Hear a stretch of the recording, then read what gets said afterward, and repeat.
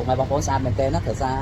វាត្បូងច្រើនអញ្ចឹងបំផុតជុំវិញបាទអានេះគេហៅថាកតុយលៀនណាពុកម៉ែបងប្អូនស្អាតមែនទែនពុកម៉ែបងប្អូនមើលសាច់ដែលបងសហើយដាក់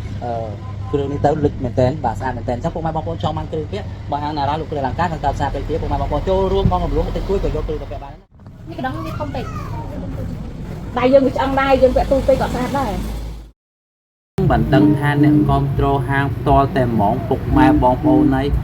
ដាច់ភ្លើងហើយហ្នឹងសូម្បីតាបងគាត់យកកាមេរ៉ាមកថតគ្រឿងផង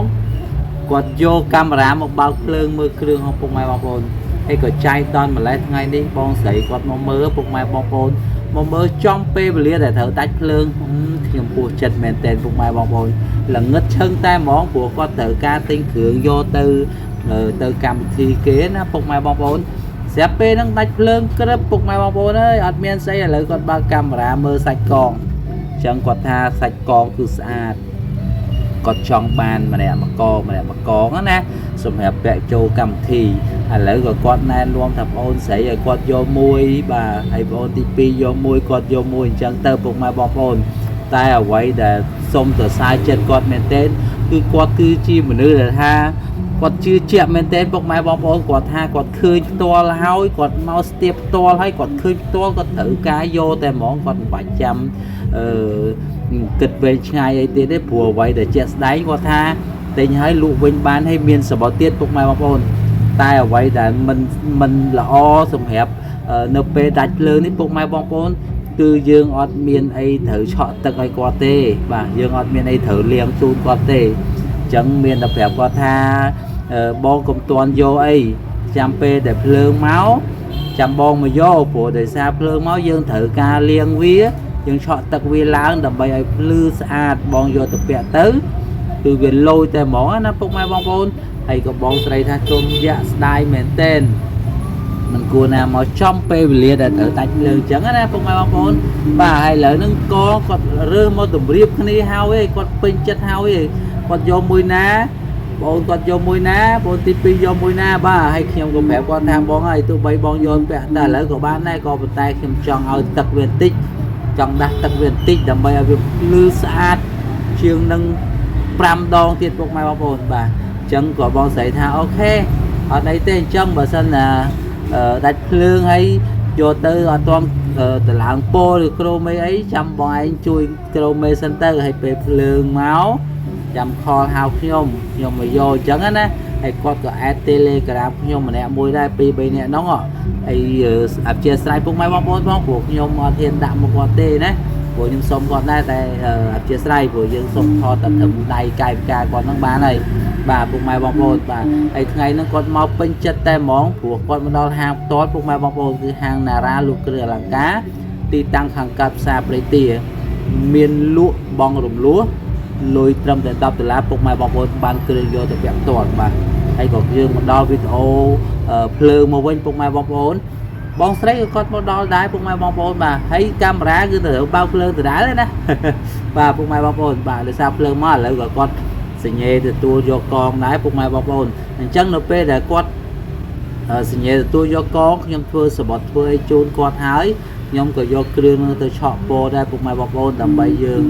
រំលេចពណ៌ឲ្យវាភ្លឺស្អាតណាហើយក៏យើងប្រាប់គាត់ពីវិធីថាបង់រំលោះថាក្នុងមួយខែហ្នឹងបង់$5ក៏បាន$10ក៏បាន$20ក៏បានឲ្យតែបងមានលទ្ធភាពចូលរួមប៉ុណ្ណាគឺបងប៉ុណ្ណឹងទៅខ្ញុំមិនបង្ខំបងឲ្យបងច្រើនឆាប់ដាច់ទេពុកម៉ែបងប្អូនអញ្ចឹងគាត់ចូលរួមដំបូងត្រឹមតែ$15ឬក៏$20$10ក៏បានដែរអញ្ចឹងខ្ញុំប្រាប់លក្ខខណ្ឌគាត់អញ្ចឹងណាហើយក៏គាត់ថាអត់អីទេតែខ្ញុំមានលុយខ្ញុំមកបងផ្ដាច់ភ្លាមមួយខែហ្នឹងខ្ញុំបងផ្ដាច់ទៅណាយេកុំលឿនពេកព្រោះអីយើងនិយាយគ្នាថាបងតិចបងឲ្យលេងមួយខែមកបងផ្ដាច់យ៉ាងម៉េចអញ្ចឹងណាពុកម៉ែបងប្អូនបាទហើយខ្ញុំក៏បញ្ជាក់ប្រាប់គាត់ថាសបត់នេះគឺមានបងមួយនៅខ្ញុំ2ព្រោះខ្ញុំសរសេរនៅក្នុងសភៅមួយហើយនៅគោលបញ្ជីមួយគឺងាយស្រួលសម្រាប់ពេលដែលបងបាត់សបុតហើយបងយកមកលក់វិញអញ្ចឹងគឺយើងមានសបុត2សម្រាប់ពិនិត្យមើលណាអញ្ចឹងបងស្រីគាត់ឯកភាពហើយគាត់ក៏ទទួលយកសបុតដាក់នៅក្នុងថង់យាមក្រហមនឹងដែរពុកម៉ែបងប្អូនហើយគេថាហ្នឹងឯងថង់ហុងស៊ុយពុកម៉ែបងប្អូនឃើញទេ ហើយខ្ញុំក៏បានគ្រឿងក៏យកតែលាងឲ្យគាត់ដែរពុកម៉ែបងប្អូនណាបាទទស្សនាខ្ញុំលាងគ្រឿងរបស់គ្នាបាទ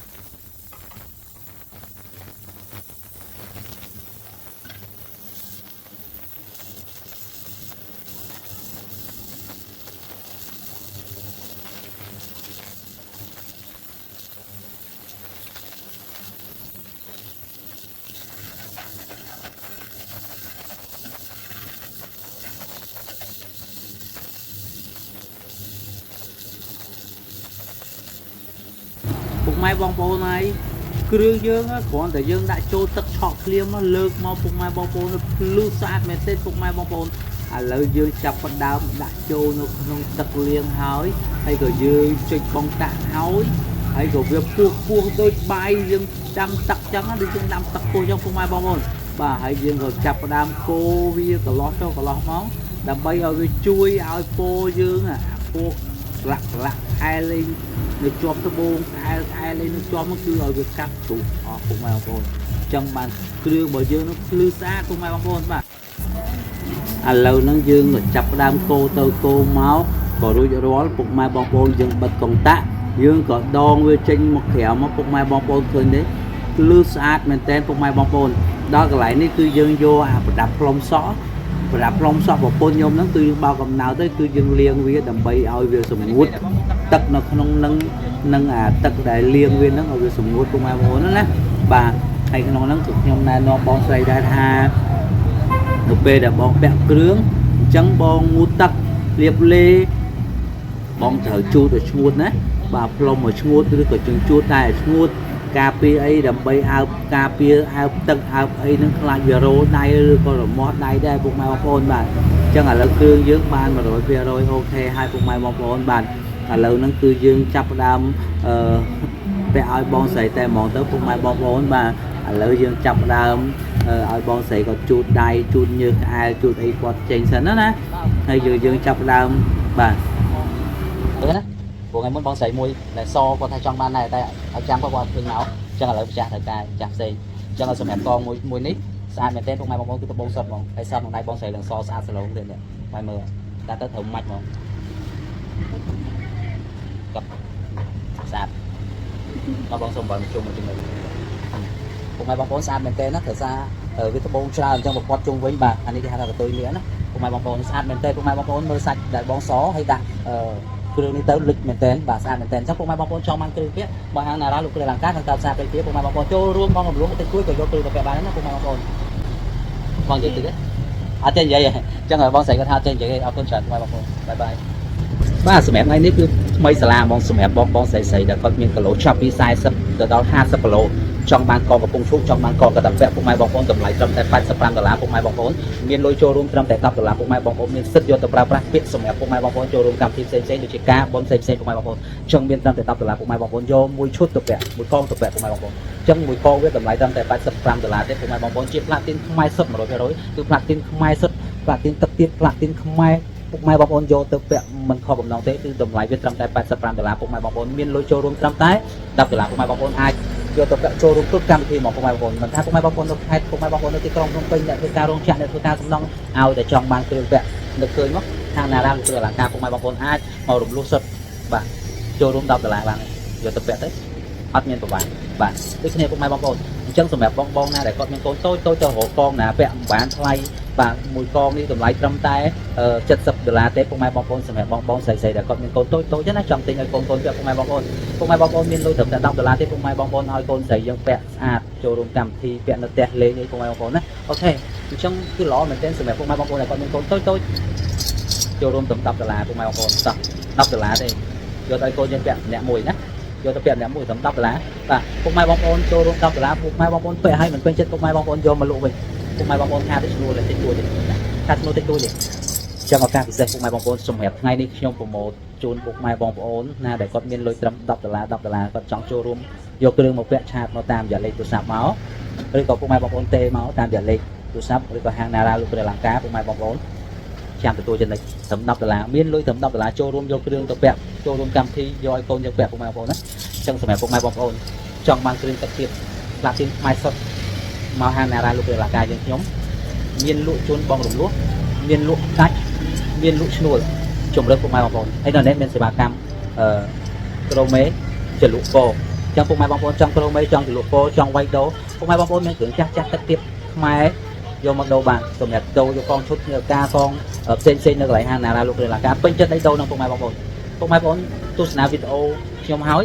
ពុកម៉ែបងប្អូនមិនចំណាយលុយច្រើនសម្រាប់ទៅទិញគ្រឿងអស់លុយច្រើនទេទុកលុយរកស៊ីធ្វើនេះធ្វើនោះគ្រឿងលម្អខ្លួនចំណាយ$10ពុកម៉ែបងប្អូនអាចយកពាក់បានអញ្ចឹងខ្ញុំនាំពុកម៉ែបងប្អូនមើលគ្រឿងអលង្ការនៅហាងណារ៉ាលោកគ្រឿងអលង្ការទាំងអស់គ្នាពេញចិត្តមួយណាយកមួយហ្នឹងអូខេ Breeze got the vibe on lock. Cruising all day, no tick tick of the clock. Say what? Hit the beach, feet up in the sand. Wave to the ocean, yeah, it's part of the plan. Retro shades reflecting the sky. Out here vibing, making time stand by. Hey! Late night lights, city shining in gold. Story after story, all the legends retold. Cruisers hit the streets, hear the engines purr. Low riders dipping, making heads turn for sure.